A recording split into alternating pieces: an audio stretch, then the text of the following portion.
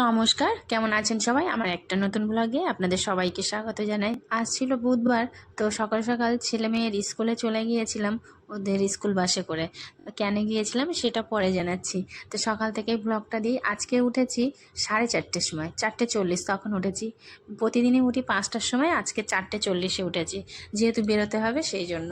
তো যাই হোক, মানে এমনিই ঘুম ভেঙে গেছে, তখন অ্যালার্ম দেওয়া ছিল না, 5টার সময় অ্যালার্ম দেওয়া ছিল, এমনি ঘুম ভেঙে গেছে। তো সকাল সকাল ঠাকুরের পুজো পাঠ করে নিয়ে তারপরে একটু মালা জপ করলাম। তখন 6টা বাজে, 6টা 6:30 বাজে, তো একটু মালা জপ করে নিলাম, যেহেতু আর সময় পাবো না। তো তারপর মালা জপ করে তারপরে একটু প্রসাদ খেয়ে একটু জল ফল খেয়ে আর বেরিয়ে পড়লাম ছেলে মেয়ের স্কুলে।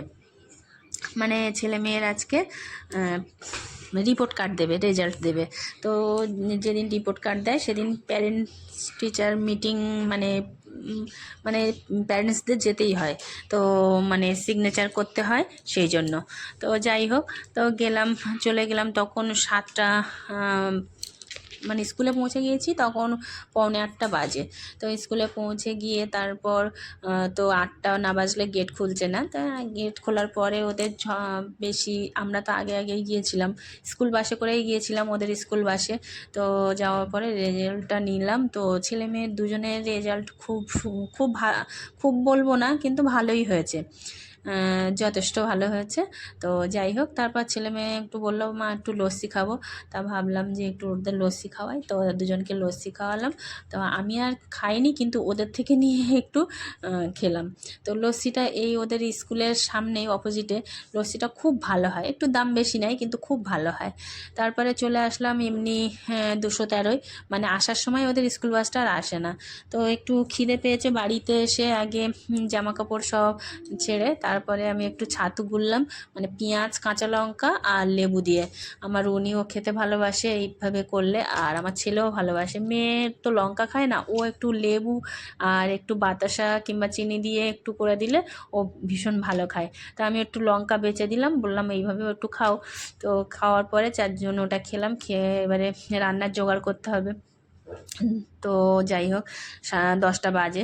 তো মোচা ছিল, পিসিমাদের বাড়ি থেকে মোচা নিয়ে এসেছিলাম দুটো। আগের দিন রান্না করেছিলাম, পরশু দিন ডাল দিয়ে, মুসুর ডাল দিয়ে। আর আজকে একটু চিংড়ি মাছ এনেছে আমার উনি, তো চিংড়ি মাছ দিয়ে রান্না করবো বলে মোচাটাকে একটু কেটে নিলাম। আর মোচা কাটতে অনেকটাই দেরি হয়, আর আমি যখন একটু মশলা পেস্ট করে রাখি, মানে আদা রসুন আর কাঁচা লঙ্কা, তো কাঁচা লঙ্কা না, আজের একটু পাকা লঙ্কা, মানে লঙ্কাগুলো পেকে গেছে, তো একসঙ্গে পেস্ট করে নিয়েছি। আর মোচাটা প্রথমে কেটে মোচা আলু সিদ্ধ বসিয়ে দিয়েছি একদিকে, আর ভাত বসিয়ে দিয়েছিলাম। তো ভাতের মধ্যে কটা ডিমও সিদ্ধ বসিয়ে দিয়েছি, যেহেতু ছেলে মেয়ে চিংড়ি তো খায় না। তো হয়ে গেছে, এদিকে মোচা সিদ্ধও হয়ে গেছে আর ভাতটাও হয়ে গেছে। আর তারপর আমার মশলাপাতি যা কাটাকুটি, আলু ফালু সেগুলো কাটাকুটি হয়ে গেছে, মশলা মশলা। তো তারপরে মোচার মশলা করলাম, মানে একটু 5 ফোড়ন, তেজপাতা আর শুকনো লঙ্কা ফোড়ন দিয়ে, আর একটু আদা রসুন কাঁচা লঙ্কা একসঙ্গে পেস্ট করেছিলাম। পেস্টটা দেখুন পুরো লাল হয়ে গেছে, মানে সব পাকা লঙ্কা দিয়েছি, তো দিয়েছি। তো সেই জন্য একটু মানে পেস্ট ইয়েটা রঙটা সুন্দর হয়েছে। তারপর মোচার হাফ রেখে দিয়েছি, হাফ নয়, 3 ভাগের 2 ভাগ, 1 ভাগ রেখে দিয়েছি, আর 2 ভাগ কড়াইতে দিয়ে দিয়েছি মশলার উপরে। মশলাটা ভালো করে কষিয়ে একটু টমেটো ফমেটো আদা রসুন পেস্ট একটু কষিয়ে দিয়ে দিয়েছি। আর চিংড়ি মাছটাও মশলার সঙ্গে কষিয়ে নিয়েছিলাম, নিয়ে তারপরে মোচা সিদ্ধটা দিয়েছি। আর এদিকে 3 ভাগের 1 ভাগ রেখে দিয়েছি, ওটা একটু চপ করব বলে। মোচা যখনই রান্না করি, আমার মা দেখতাম মোচা যখনই রান্না করতো অল্প করে রেখে দিত চপ বানানোর জন্য। আমার বাবা বলতো মোচার চপ খেতে ভীষণ ভালো লাগে। তো ওতেও একটু আদা রসুন কাঁচা লঙ্কা পেস্ট, একটু পেঁয়াজ কুচি, একটু মানে একটু মশলা টশলা দিয়ে ভালো করে মাখিয়ে রেখেছি, একটু বেসন দিয়ে। ওটা সন্ধ্যাবেলা চপ করব বলে। এদিকে আমার মোচাটাও হয়ে গেছে, একটু গরম মশলা দিয়ে আর নামিয়ে নিলাম। আর আগের দিন বলতে 2 দিন আগের একটু এঁচোড় ছিল, তা এঁচোড়টা বার করে রেখেছিলাম। আর ছেলে মেয়ে তো চিংড়ি মাছ একদমই খায় না, তো ওদের জন্য কি করব ভাবছিলাম। তো একটু ডিম তো সিদ্ধ রেখেছিলাম, সেই ডিমগুলো একটু বলি ঝাল মতো করে দিই। তা দেখুন মশলার কালারটা এমন হয়ে গেছে, মানে কাশ্মীরি লঙ্কার গুঁড়ো দিয়ে মশলার কালারটা পুরো লাল হয়ে গেছে।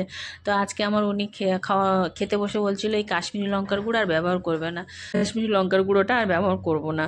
কালার, কোনো জিনিস ফুড কালার না খাওয়াই ভালো। তো এদিকে ডিম কষা করতে করতে হয়ে গেছে, আর ভাবলাম একটু ধনেপাতা কুচি দিই। তা চলে আসলাম ছাদে, আর প্রচুর ধনেপাতা, কি সুন্দর দেখুন, ফ্রেশ ধনেপাতা। তো আমি আর গোড়া তুলি না ধনেপাতা, না দু একবার এরকম কেটে কেটে নিলে আবার হয়।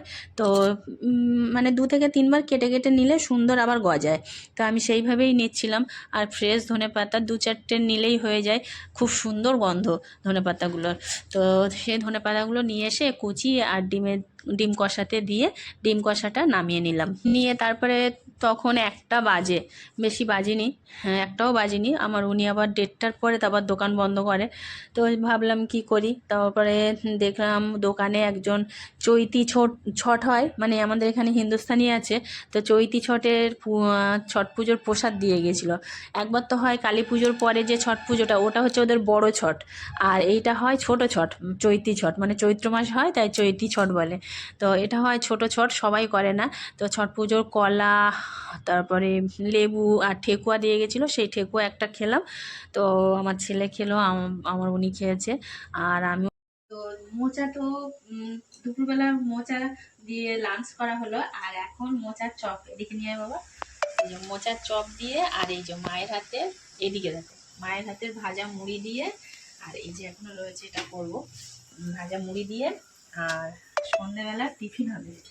তো যাই হোক, তো এই ভাজা মুড়ি দিয়ে আর এই চপ খেতে না সত্যি ভালো লাগে। আমার বাবা তো মোচার চপ খেতে ভীষণ ভালোবাসে, অনেক জিনিস মনে পড়ে। তো যাই হোক, এটাই হচ্ছে আমার রাতের খাবার, মানে আমি আর কিছু খাবো না, এটাই খাবো। তারপরে ওরা তো তো শুভরাত্রি সবাইকে, টাটা।